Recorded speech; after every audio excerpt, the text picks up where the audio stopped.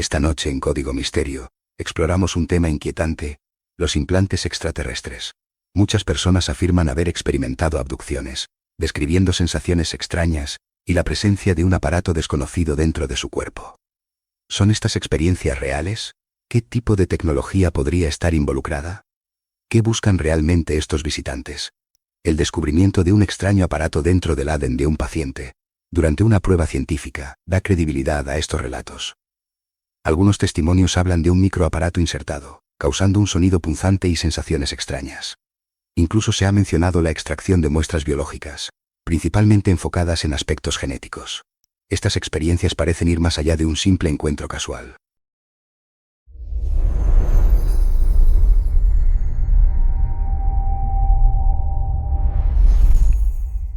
El siguiente fragmento explora un aspecto inquietante de las llamadas abducciones: la presencia de objetos diminutos, casi microscópicos, dentro del cuerpo de quienes afirman haber experimentado estas situaciones. Se han encontrado evidencias, resultados de análisis de ADN que plantean preguntas cruciales. ¿Cómo pueden estos objetos, aparentemente insertados con precisión milimétrica, existir con una tecnología que supera con creces nuestra capacidad actual? La complejidad de su diseño y su ubicación en la estructura genética humana sugieren una tecnología de una sofisticación sin precedentes. ¿Es posible que estemos ante una tecnología no terrestre? Estamos ante un desafío para la ciencia y una puerta hacia un mundo de posibilidades desconocidas, que durante siglos han sido relegadas a la especulación.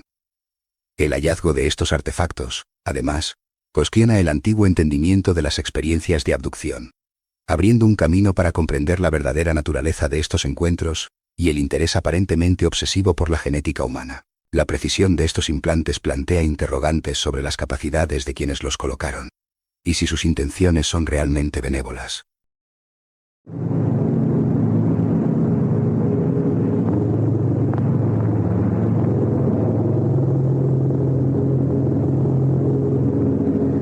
Javier, que científicos haciendo una prueba de ADN descubrieron en un paciente, como has dicho, en el hospital Winston Churchill, un extraño aparato. Qué increíble, ¿no? Sí, además, date cuenta de que otras personas que dicen haber sido... Yo iba a contarte, a dar los casos a nuestros oyentes, de todos conocidos, dentro de un momento lo hablamos, si te parece. Muy bien.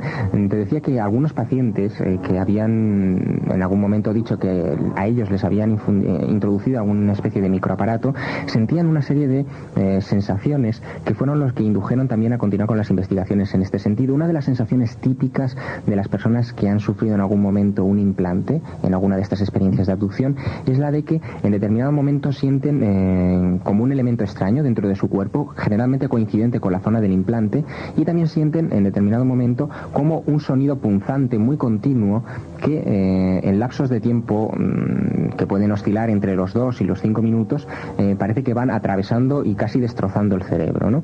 Todos esos síntomas han hecho suponer que efectivamente existe algún tipo de componente tecnológico, por llamarlo de alguna manera externo, que es lo que induce este tipo de cuestiones. Obviamente es muy difícil pensar que se trate de una tecnología humana tal y como hoy la conocemos, la que sea capaz de realizar este tipo de experiencias. Primero, para realmente crear un aparato funcional de un tamaño tan milimétrico para ser inserto en una cadena de ADN, como es el caso que hemos explicado, haría falta una tecnología, una microtecnología, que desde luego hoy no poseen ni los países más avanzados del planeta. Los avances más notables en ese sentido han logrado reducir a unos tamaños realmente asombrosos elementos o implantes humanos, por llamarlo de alguna manera, como pueden ser los marcapasos, o como pueden ser otros sistemas reguladores de diversas funciones del organismo, pero nunca hasta un tamaño tal que para poder introducirlo en una cosa también absolutamente microscópica como es el ADN, y tan absolutamente vital como es el ADN. Consideremos también que una de las cuestiones más fundamentales que parecen salir siempre a la luz en el tema de las abducciones es el interés que parecen mostrar estas entidades por precisamente las cuestiones genéticas de los individuos a los que secuestran. Prácticamente no existe abducción si no existe un análisis de tipo sexual, una recogida de muestras de todo tipo de líquidos del cuerpo humano, bien sea semen, saliva, secreciones de todo tipo, en la nariz, nariz o en otros orificios del cuerpo, y es precisamente la cuestión genética la que parece interesar más a estos visitantes, hasta el punto de que algunos investigadores en sus últimos análisis sobre el tema de abducciones, de los que también hablaremos a continuación, han llegado a terribles conclusiones, como que los sujetos se sienten como hombres objeto, por llamarlo de alguna manera, es decir, que no se preocupan en absoluto por sus sensaciones, por lo que pueden sentir, pensar o decir, sino que se dedican directamente a ir a sus órganos sexuales y actuar sobre ellos. Entonces, que nos encontremos este tipo de pruebas por primera vez avaladas por un centro científico completamente ajeno al tema OVNI, como es un hospital de estas características, el Winston Churchill de Gran Bretaña, nos está indicando desde luego que detrás del tema OVNI hay muchísimo más. Es increíble. Hablando con algunas de las personas que, bueno, nuestros oyentes conocen porque han estado en nuestro programa, ¿te acuerdas con Sisto Paz? Él decía, no sé si fue en el Vendrell, que a él le habían cambiado la sangre los seres extraterrestres. Efectivamente, sí.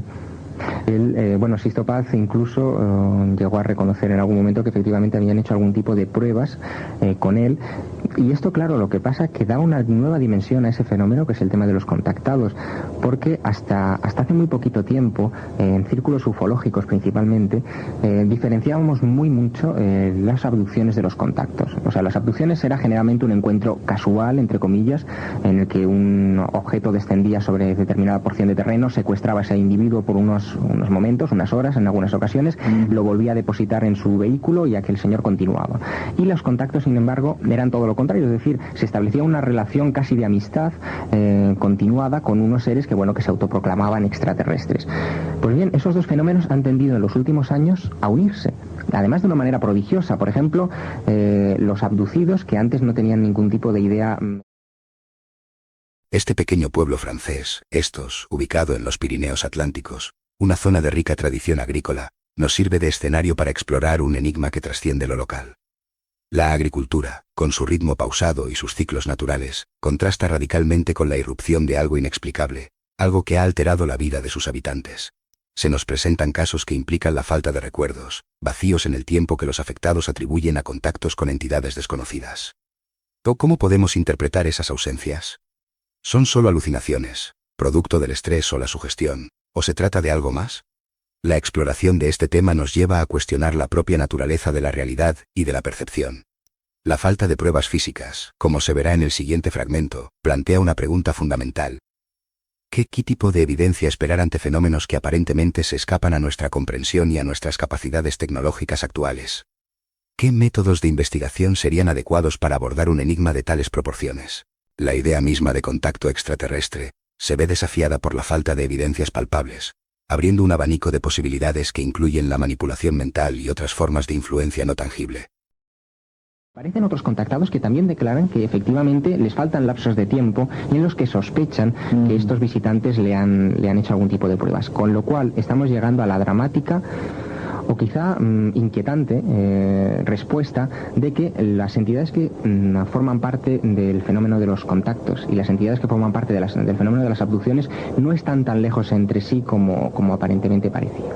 Hay otro caso también de un compañero nuestro, Paco Padrón, que creo recordar que él también ha dicho que tenía un implante en alguna parte de su cabeza. Sí, lo que sucede con estos casos, con los casos españoles en concreto, es que todavía no se ha hecho ningún análisis riguroso al respecto.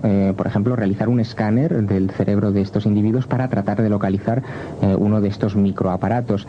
Se ha hecho en algunos casos de abducciones internacionales notables, como el de, por ejemplo, Whitley Strieber, que fue el que dio paso a toda la fenomenología que es conocida hoy como el tema de los visitantes de dormitorio. Pues bien, a Strieber se le hizo un completo chequeo médico, se le hizo toda una serie de pruebas de todo tipo sobre su cerebro, obteniendo mapas de su propio cerebro, y no fueron capaces de encontrar ningún microaparato, o ningún aparato al menos, o elemento externo que hubiera podido ser introducido en el cerebro de Strieber. Claro, lo que ocurre es que si realmente nos estamos enfrentando a aparatos o a elementos manufacturados de un tamaño tal que son capaces de integrarse en una espiral de ADN, difícilmente un escáner podría detectarlos. aparatos. Claro, el tratar de ver con una visión humana algo que desde luego nos trasciende es muy difícil.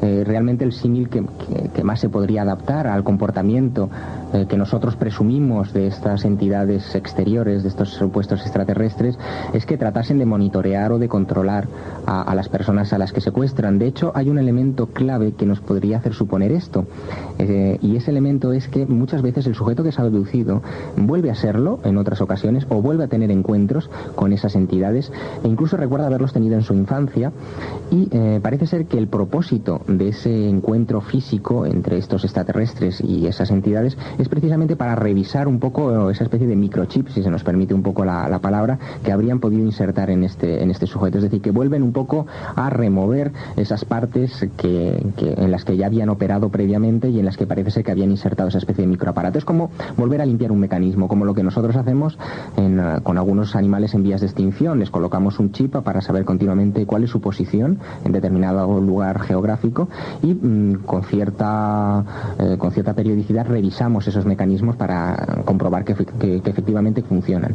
Claro, lo que ocurre es que nos enfrentamos aquí con un fenómeno que desde luego nos trasciende, porque lo que sí que es evidente es que sean quienes sean los que están realizando todo este tipo de experiencias, son capaces de introducir en la mente del sujeto todo tipo de imágenes y todo tipo de sensaciones, que es lo que crea, y es un poco una sospecha personal, toda esa diversidad, toda esa gama de tipos de extraterrestres, de tipos de naves, etcétera. Es decir, que son los que estén realizando todo este tipo de asuntos verdaderos controladores de la psiquis del individuo. Pero ahora bien, si estos personajes son capaces de controlar incluso a distancia la psiquis o la mente de estos sujetos, ¿qué necesidad tienen de bajar físicamente a contactar con estas personas para hacer este tipo de experiencias? ¿Realmente necesitan controlarlas con un elemento tecnológico? Es un elemento, además, que si profundizamos un poco en nuestra propia historia, lo encontramos en épocas anteriores de la humanidad. Por ejemplo, en las brujas. En las brujas se las distinguía en algunas ocasiones, incluso en algunos procesos inquisitoriales esto viene escrito, se las distinguía por una serie de cicatrices. Existen relatos de experiencias extraordinarias, encuentros que desafían nuestra comprensión del mundo. Se habla de marcas físicas, cicatrices inusuales, que aparecen en quienes aseguran haber vivido estas situaciones. Lamentablemente, la ciencia aún no ofrece explicaciones completas para estos fenómenos. Sin embargo, un hallazgo sorprendente nos conecta con un pasado lejano. Se han encontrado descripciones detalladas de cicatrices similares en los registros de los procesos inquisitoriales de los siglos XVI y XVII. ¿Se trata de una coincidencia inexplicable, o existe una conexión entre los eventos que se narran hoy y las prácticas que se describen en documentos antiguos? Este enigma nos lleva a preguntarnos: ¿qué tipo de marcas se documentan en el pasado? ¿Y cómo se comparan con las que se observan en el presente? ¿Qué significado podemos encontrar en estas similitudes? ¿Qué indica la concentración de estos casos en un determinado género? Exploraremos algunas de estas preguntas a través de un fragmento que nos muestra detalles importantes de estos patrones. Algunas de esas cicatrices que se podían encontrar en las brujas durante estos procesos inquisitoriales del siglo XVI y XVII, cuando eran descritas las cicatrices, nos encontramos con que eran exactamente iguales a las cicatrices que hoy son descritas y se encuentran en el cuerpo de los abducidos. Es decir, que quizá esos pactos demoníacos que establecían estas mujeres hace 5 siglos o hace 4 siglos, en realidad tenían mucho más que ver con un fenómeno contemporáneo que es el de las abducciones. Ahora bien, por ejemplo, y un poco para que nuestros oyentes conozcan cuáles son las clases de cicatrices, las clases, por llamarlo así, de heridas o de secuelas que suelen dejar este tipo de experiencias, principalmente serían 2. Una que sería una cicatriz que sería una línea recta muy pequeña, que desde luego el sujeto no recuerda haber tenido ningún accidente o ningún raspazo, ningún enfrentamiento que haya podido, digamos, dar lugar a esa cicatriz. Y otra que es la más característica de todas. ¿En qué lugar en cualquier parte del cuerpo esa cicatriz? Bueno, generalmente se suele dar en zonas relacionadas con la cabeza, el cuello, muy cerca de la nariz, o en algunas ocasiones incluso en las piernas. Pero en las piernas, fundamentalmente en las mujeres, se suele dar una cicatriz, en las abducidas me refiero, que es como una especie de pequeño cráter, como si de un helado de nata tú cogieses y metieses la cuchara, ¿no?, y quedase esa especie de pequeño cráter. Bueno, pues sería una cosa muy similar, y que aparecería en algunas ocasiones en la parte dorsal de las piernas de algunas de las mujeres secuestradas, o bien también en zonas muy cercanas al cuello, o en el hombro o muy cercano a ello. Sin embargo, hay una cuestión que realmente merece la pena destacar, y es la, digamos, proliferación de mujeres en este tipo de experiencias. Y eso ha llegado incluso a dar a que pensar, en el sentido de que las implantes genéticos o las pruebas genéticas que se pueden realizar son mucho más interesantes, efectivamente, siempre en la especie femenina que en la especie masculina, sea el animal que sea. O sea, no vamos a entrar en esos detalles. Claro, todo este tipo de elementos lo que han hecho ha sido crear una especie de situación de psicosis en muchos ciudadanos, fundamentalmente en Estados Unidos, donde este tipo de cuestiones parece que llegan más al público, y se acaba de fundar en Estados Unidos una asociación formada por psicólogos y psiquiatras de muy alto nivel para tratar de diagnosticar con precisión a todas las personas que han sufrido este tipo de experiencias. El cuello cerca de la cabeza, sí, una especie de cráter, y la otra en las piernas. Sí, ya te digo que los tipos de cicatrices suelen ser dos, una pequeña, muy recta y como muy limpia, y la otra que suele ser esa especie de cráter, y que se pueden encontrar, ya te digo, muy cerca de la zona de la cabeza, fundamentalmente la base del cuello es una de las zonas como más clave. Y ¿Qué ocurre cuando la experiencia personal se sitúa más allá de lo explicable? Millones de personas a lo largo del siglo XX y lo que llevamos del XXI afirman haber sido sujetas a una experiencia traumática, una separación involuntaria de su realidad.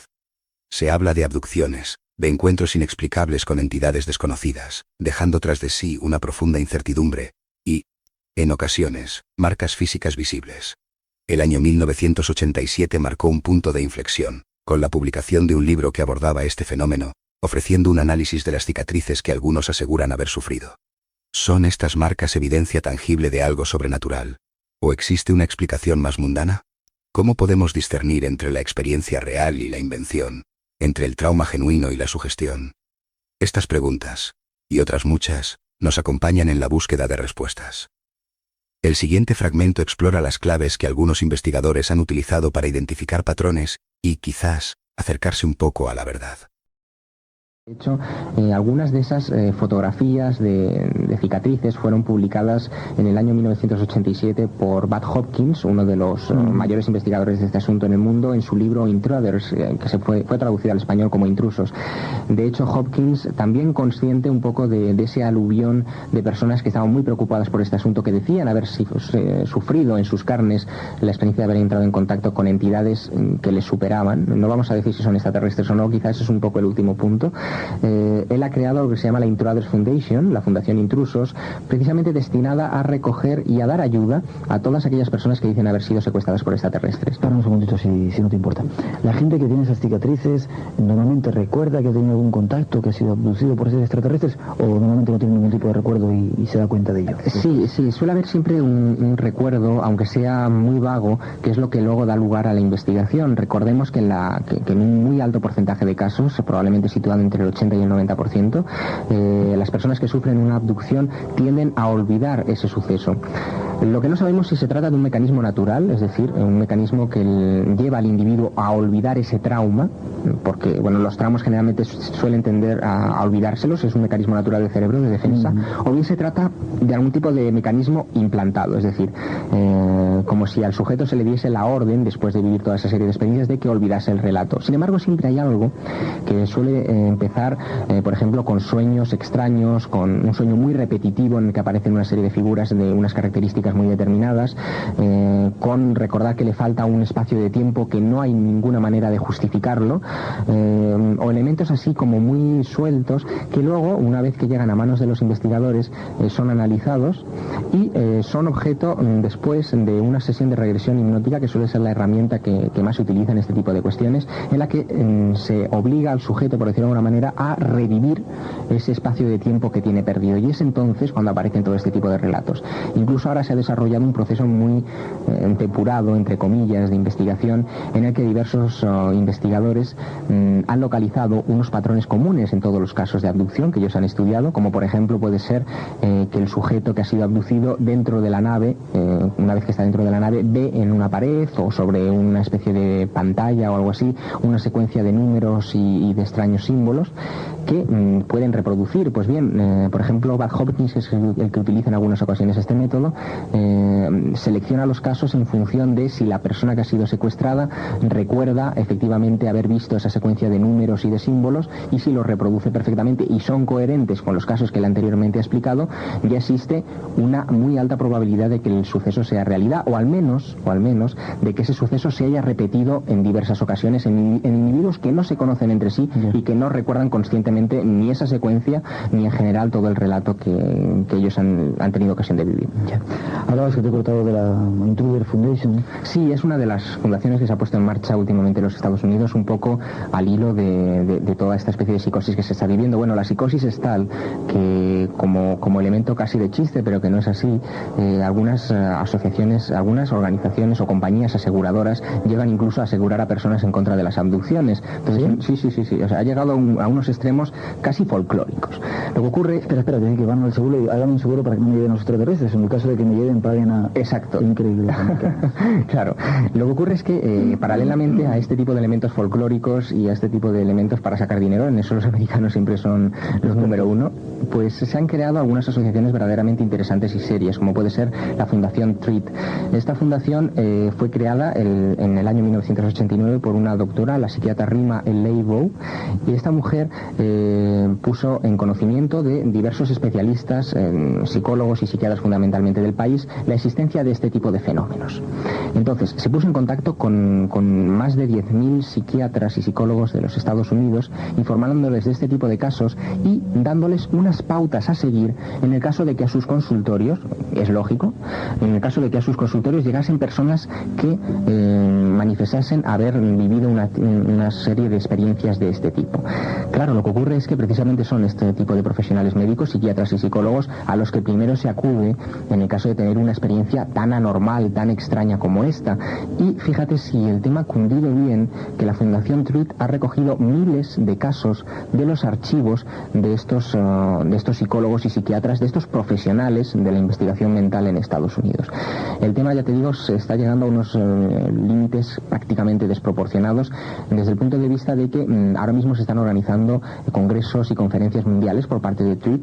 De hecho, en marzo, el próximo mes de marzo, se va a celebrar la tercera conferencia internacional de TREAT dedicada a todo este tipo de traumas anómalos, como ellos los denominan, y en los que se va a debatir, aparte del tema de los implantes, que nosotros hemos estado hablando aquí, otra serie de cuestiones como es el tratar de identificar de la manera mejor, más posible y más directa las personas que han vivido una abducción y cómo identificar un caso real de un caso que podría haber sido una fabulación del propio testigo. Entonces ahí entrarían un poco todas esas pruebas que comentábamos antes de Hopkins, de las cifras y los números, u otras muchas que son utilizadas por diversos investigadores, tanto norteamericanos como también pequeños y poco conocidos grupos de especialistas en nuestro país.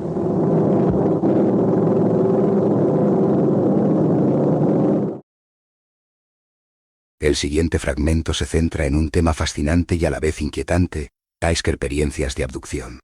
Se habla de patrones recurrentes en estos casos, patrones que se han estudiado durante muchos años, y que aparentemente se han mantenido constantes a lo largo del tiempo. La investigación en este campo ha avanzado, con un enfoque más sistemático en los últimos años, construyendo sobre las bases de investigaciones anteriores. ¿Hasta qué punto son fiables los métodos utilizados para investigar estas experiencias, algunos de los cuales implican técnicas como la hipnosis bajo la influencia de ciertos fármacos? ¿Qué nos dicen estas experiencias sobre la posibilidad de vida más allá de nuestro planeta? ¿Y cuál es la verdadera naturaleza de estos eventos aparentemente inexplicables? Surge la pregunta: ¿estamos ante un fenómeno aislado o ante algo mucho más profundo y extendido que trasciende la comprensión actual? ¿Qué tan antiguos pueden ser estos eventos? ¿Y cómo se relacionan con otras leyendas y relatos folclóricos de visitantes nocturnos o fenómenos inexplicables? No estamos en América, no sé si afortunada o desgraciadamente, y no somos como los americanos, tampoco sé si afortunada o desgraciadamente. Sí, no me pronuncio. Somos diferentes. Pero ¿hay algún tipo de síntoma que uno pueda tener, basado en sus estudios, que parecen serios, de la Fundación TREAT, para que cualquier persona en España que haya tenido cualquier tipo de experiencias de este tipo pueda definir si ha sido abducido y si además ha tenido algún tipo de implante, aparte de las características físicas de esas huellas que dejan las cicatrices que has dicho antes? Bueno, TREAT, de hecho, en este mismo momento está un poco sentando las bases de lo que va a ser la investigación en los próximos años. Yo creo que la gran ventaja que ha tenido TREAT desde el principio es que, a diferencia de otras asociaciones como puede ser la Fundación Intrusos del propio Hopkins, no es una cuestión comercial, es decir, no es una cuestión de tratar de vender más libros precisamente creando fundaciones de este tipo, sino todo lo contrario, se trata de una especie de mutua de ayuda a las personas que han tenido este tipo de experiencias, sean físicas o sean psíquicas. Ese es un poco también el objetivo último de TREAT, tratar de averiguar cuáles son los mecanismos que han puesto en marcha un fenómeno de tan descomunales características como es este que estamos viviendo.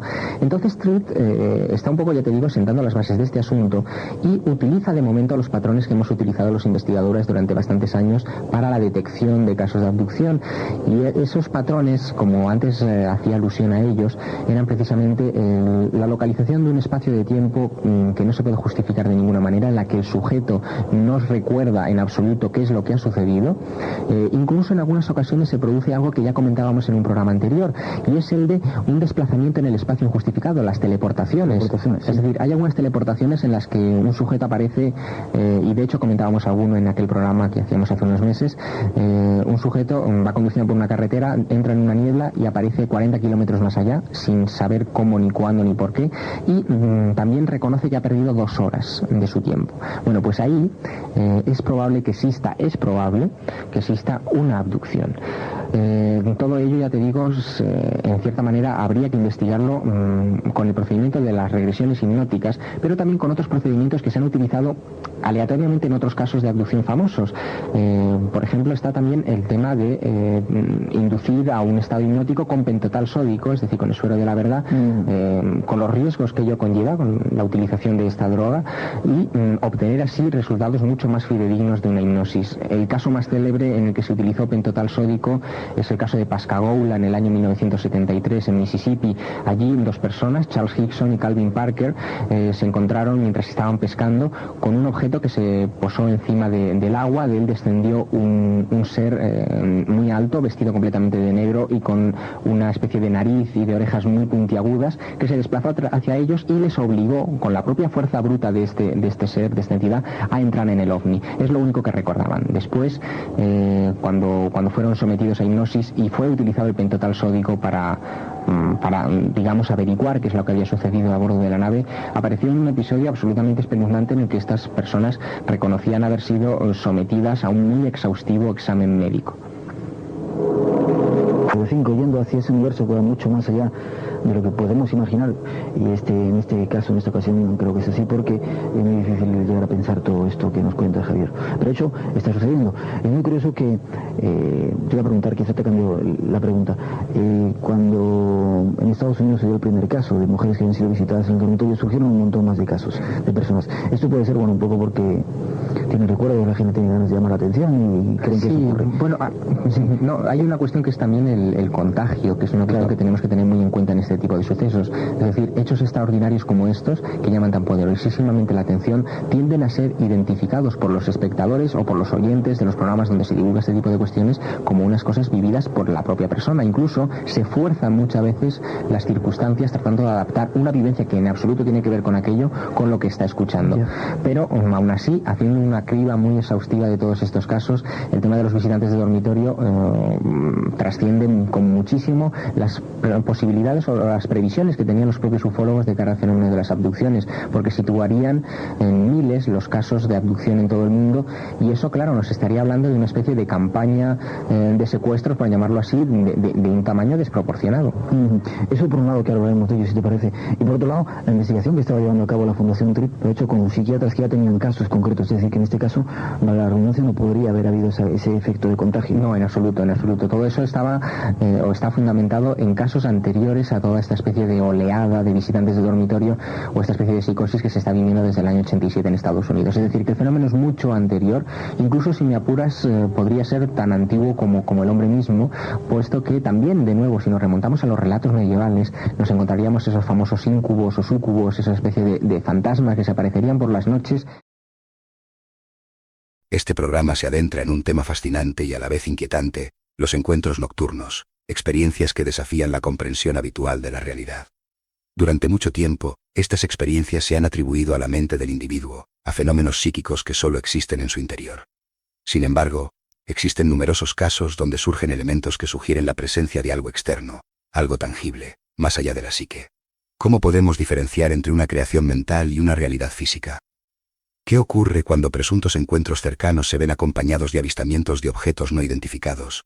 ¿O incluso se detectan evidencias físicas en las inmediaciones del lugar donde ocurrió el supuesto suceso? Estas son algunas de las preguntas que trataremos en este segmento. La línea que divide lo psicológico de lo físico se vuelve borrosa en estos casos, planteándonos la posibilidad de que exista una realidad mucho más compleja de lo que creemos.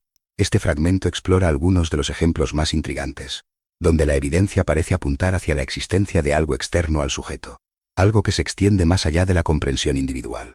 Analizaremos las hipótesis planteadas y las consecuencias de aceptar la posibilidad de que exista una realidad externa, material, interactuando con nuestra propia existencia. Según a quién, a hombres o a mujeres, y que cumpliría una función realmente parecida a la de los visitantes de dormitorio. Ahora bien, en muchos casos de visitantes de dormitorio, en muchos de ellos, en la mayoría diría yo, existen componentes que nos hacen suponer que podría tratarse de fenómenos psíquicos, es decir, de cosas creadas por la propia mente del sujeto y no vividas en una realidad material como la que nosotros tenemos, a pesar de que yo considero igualmente importante la realidad física como la psíquica, por supuesto. Sin embargo, hay una serie de ellos, los menos, de visitantes de dormitorio, donde existen algunos elementos que nos hacen sospechar de una realidad externa, de una realidad física material. Y es, por ejemplo, cuando en las proximidades de un lugar donde ha habido este tipo de secuestros o de visitas de dormitorio hay otros testigos que nada tienen que ver con el asunto, que han visto ovnis, o se encuentran huellas de aterrizaje en las cercanías del lugar donde esta persona ha sido abducida en su propia casa. Es decir, que en muchas ocasiones existen elementos de juicio más que suficientes para suponer que allí ha habido algo externo al sujeto y que no ha sido creado por su propia mente. En un momento vamos a entrar en las diferentes hipótesis que puede estar produciendo todo esto, pero te pregunto, abriendo un poco a eso que contabas, si está una oleada de estos seres extraterrestres por parte de ellos para raptar a seres humanos, ¿qué está ocurriendo? Como decíamos una vez hace poco tiempo con Juanjo Benítez en el programa, se están creando clones, hay una quinta columna, hay seres extraterrestres infiltrados dentro de nosotros, nos controlan directamente, ¿qué pasa? Bueno, claro, todo eso son posibilidades fascinantes ante las que dar una respuesta contundente es muy difícil. Lo que sí que te puedo decir es que efectivamente los casos están produciéndose, los casos son reales, muchos de ellos desde luego no tienen por qué estar contaminados y no tienen por qué haber sido creados por personas con intenciones de fabular, porque muchos de ellos incluso, y si tú echas un vistazo a los anales de los investigadores, encuentras con que la propia persona que ha vivido estas experiencias no quiere dar su nombre a conocer, no quiere dar detalles de su vida que puedan identificarle, porque son experiencias tan absolutamente extraordinarias que de contarlas lo más probable es que pueda perder la credibilidad para cualquier otro asunto, incluso en algunas ocasiones perder puestos de trabajo, etcétera. Yo recuerdo en un congreso en el que estuvimos tú y yo juntos en Tenerife, en un congreso que había organizado Francisco Padrón, cómo al acabar uno de los programas del Espacio en Blanco se nos acercó un señor de allí de la isla, un policía de la isla, que se me acercó y al ver un libro que yo llevaba precisamente de Whitley Strieber, con la cara del extraterrestre más comúnmente visto en estas ocasiones, que me dijo que él había visto eso en su casa. Entonces, bueno, yo estuve hablando con él y me estuvo contando un poco las experiencias que él había vivido y me dijo que, bueno, que sobre todo no tendría, o sea, que lo que no quería es que su nombre se diese a conocer en absoluto, ni que se diesen a conocer las circunstancias concretas en que habían sucedido todos esos sucesos, porque lo más probable es que perdiese el puesto de trabajo por esta cuestión. Pero fíjate hasta qué punto es común este asunto, que una persona viendo una imagen es capaz de identificarse con esa imagen y a identificar aquella imagen como algo que le ha sucedido a él personalmente. Es decir, que la cuestión, desde luego, está tomando un cariz insospechado.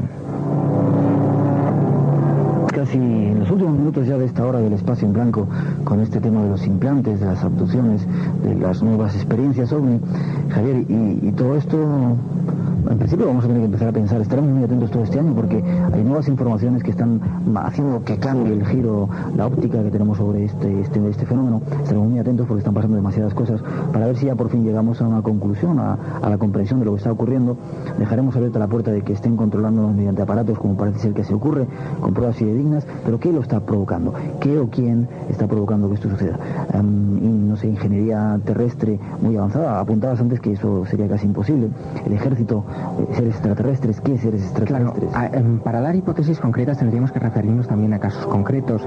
Entonces, hay una posibilidad que desde luego resulta todavía más escalofriante que la de los propios extraterrestres, y es la de que efectivamente sea algún tipo de gobierno el que esté creando todo este tipo de hechos. Evidentemente sería más inquietante. Muchísimo más inquietante. Muchísimo más porque, por ejemplo, hay un caso que quizás sería clave, que hemos comentado algunas veces de pasada en este programa relacionado con otros asuntos de manipulación de la información OVNI, etcétera, como es el caso de Paul Venevich en el año 1980 en Nuevo México. Ese año una mujer y un niño estaban desplazándose con su vehículo por Cimarrón, en Nuevo México, cuando de repente ven una nave en forma discoidal muy cerca del suelo que estaba raptando a un ternero. Ahí entrocaríamos con el tema de las mutilaciones de ganado. Pues bien, parece ser que los tripulantes de esa nave ven que hay otros testigos que están presenciando esa maniobra. La mujer y su hijo son conducidos a lo que parece ser una especie de instalación, vamos a decir así, instalación secreta de los propios extraterrestres, y allí, sobre la mujer en concreto, parece ser que efectúan una operación y le implantan uno de estos microchips. Bueno, la mujer, muy preocupada, se dirige a Paul Venevich, que era un investigador de aquella zona, les pone su caso. Paul Venevich intuye muy genialmente, si se permite un poco la expresión, que de haber sido realmente implantada debe existir algún tipo de onda de radio o algún tipo de onda de algún tipo que transmitiese información desde el chip o desde el microaparato que ha sido implantado a esta mujer a la base o el aparato o la procedencia de donde vienen esos seres extraterrestres, y se pone a investigar sobre el asunto.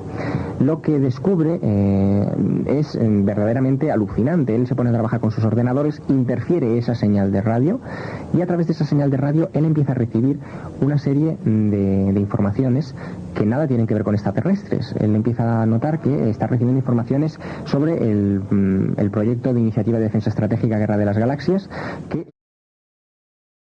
El año 1980 fue testigo de una serie de sucesos intrigantes, relacionados con la intercepción de señales, inicialmente atribuidas a orígenes extraterrestres. La información, aparentemente confidencial y clasificada como alto secreto, apuntaba a una compleja interacción entre tecnología militar estadounidense y fenómenos inexplicables. Estos eventos, ocurridos en instalaciones militares, despertaron la inquietud por la posible existencia de una fuga de información, incluso la implicación de un agente infiltrado o topo. La aparición de datos en ordenadores personales sin una explicación clara agravó la situación. ¿Eran estas señales realmente de origen extraterrestre? ¿O existía otra explicación? ¿Qué tipo de información tan valiosa se estaba filtrando y por qué? ¿Tenía todo esto conexión con las actividades de gobiernos nacionales? Este fragmento indaga precisamente en estas preguntas y nos enfrenta a la posibilidad de que la realidad que conocemos sea mucho más compleja y enrevesada de lo que imaginamos. A partir de aquí, cada pista abre otra puerta y ninguna cierra del todo. Alto secreto, y sobre todo en aquel año del 80, recordemos que el tema salió a la luz en el año 84, 4 años después, que está recibiendo esa información sobre la Guerra de las Galaxias en su propio ordenador, que él no sabía realmente qué es lo que estaba sucediendo. Muy cerca de Paul Venevich, en uno de los campos de pruebas en bases militares de los Estados Unidos, estaban detectando de que existía una fuga de información, que había un topo que estaba interfiriendo esa información. Descubren que es Paul Venevich, descubren también que lo ha descubierto a raíz de tratar de interferir una señal extraterrestre, y tratan de volverle loco a Paul Venevich. De hecho, lo encierran y acaban con él en un hospital psiquiátrico a base de tratamiento de electroshocks. Pero claro, aquí la cuestión se plantea lo siguiente: ¿cómo es posible que Paul Venevich, tratando de interferir una señal extraterrestre, en realidad interfiriese una señal del ejército norteamericano? Es decir, ¿hasta qué punto están conectadas esas dos realidades, la realidad extraterrestre y la realidad militar? ¿Hasta qué punto ese propio chip no pudo haber sido implantado por fuerzas militares? Porque la señal, recordemos que iba desde la cabeza de esta señora hasta la base militar, de la que desafortunadamente Paul Venevich tuvo conocimiento a raíz de su desafortunada también interceptación de emisiones. Entonces, claro, eso es una nueva dimensión del tema que nos hace replantearnos muchas cosas y que ya llevaría a un límite, bueno, insospechado y alucinante el control de los ciudadanos por parte del propio gobierno norteamericano. Entonces, ahí lo que sí que nos encontramos es con la grave sospecha, y eso sí que es una grave y terrible sospecha, de que el propio gobierno norteamericano y algunos otros gobiernos de otros países estén provocando concienzudamente este tipo de sucesos, este tipo de hechos, con finalidades que de momento se nos escapan, pero que nosotros, puestos un poco a especular y a hacernos una idea de qué es lo que está sucediendo, nos podría conducir a sospechar de que los gobiernos están creando o están intentando crear un nuevo sistema de valores, una nueva religión o algo así, puesto que todo este tipo de sucesos al fin van a parar a la creación de pequeños grupos, en muchas ocasiones sectarios, casi de adoración o de trato de contactar o intentos de contactar con extraterrestres, y es una cuestión que realmente es muy peligrosa. Claro que solamente eso es una dimensión del tema, que es esa dimensión gubernamental. En un tema como por ejemplo el chip que hablábamos antes implantado en esa espiral de ADN, la respuesta es sin comentarios. Por un lado puede que haya seres extraterrestres que estén implantándonos microchip, aparatos de tecnología súper sofisticada que incluso creemos que no conocemos en la Tierra, porque cualquiera sabe lo que hay, y por otro lado puede haber también una manipulación por parte de gobiernos terrestres sobre los seres humanos, ¿no? Sí, el mundo que tenemos. Sí, desde luego. Sobre todo esta última posibilidad es absolutamente real, porque lo hemos venido constatando en los últimos meses. Incluso Espacio en Blanco ha sido un poco el observador español privilegiado de todo este tipo de cuestiones, porque nos hemos hecho eco los primeros de este tipo de noticias. Y en cuanto a lo primero, es decir, a la posibilidad de que sean seres extraterrestres, no se puede dar una respuesta categórica, porque no podemos aventurar una hipótesis con unas consecuencias tan imprevisibles. Es decir, en el momento en que nosotros afirmemos una cuestión de este estilo, ¿nos llevan a la cárcel o...? Sí, o será porque realmente ya tenemos las pruebas sobre la mesa de que esto suceda. Si no, el equipo de Espacio en Blanco prefiere no pronunciarse tan categóricamente sobre estos hechos. Lo que sí que es real y lo que sí es inquietante y lo que sí es dramático es que estos hechos sí se están produciendo, y hay muchos testigos que lo avalan. Desde luego que sí. Además, un fenómeno como es este de los objetos voladores no identificados está continuamente suministrando información, y bueno, prácticamente no existe el día en que no llegue algún elemento nuevo o algún dato nuevo que te haga reflexionar sobre la inquietante realidad de estos objetos. Si en 1900, ya no sé si era 89, era el año del contacto, ¿era el 89? Sí, el año 89 era el año del contacto. Ocurrió lo de Voronev. A 1991, ¿qué te parece si le llamamos el año de la respuesta? Vamos a llamarlo el año de la respuesta, porque yo creo además que se van a celebrar una serie de reuniones internacionales muy importantes sobre estos asuntos, sobre el tema OVNI, sobre el tema abducciones, sobre el tema contactados en diversos países del mundo, de los que iremos dando cumplida información en este programa, que desde luego pueden empezar ya a darnos las primeras respuestas. Y tras ellas estamos. Esperemos que 1991 sea el año de la respuesta. Javier, gracias. Nos vemos en cualquier otro viaje del Espacio en Blanco para seguir hablando de todo esto. Hoy hemos explorado el misterioso mundo de las abducciones. Un estudio científico halló un extraño aparato en el ADN de un paciente, quien reportó una experiencia extraterrestre.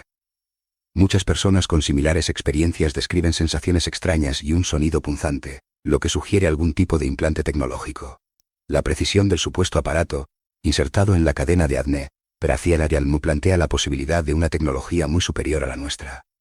El interés extraterrestre en la genética humana es recurrente. Algunas investigaciones incluso apuntan a una manipulación directa del cuerpo, sin importar el bienestar de las personas. ¿Es esta tecnología extraterrestre? ¿O hay otras explicaciones? ¿Qué implicaciones tiene este descubrimiento para nuestra comprensión de la vida fuera de la Tierra? Reflexionemos sobre ello.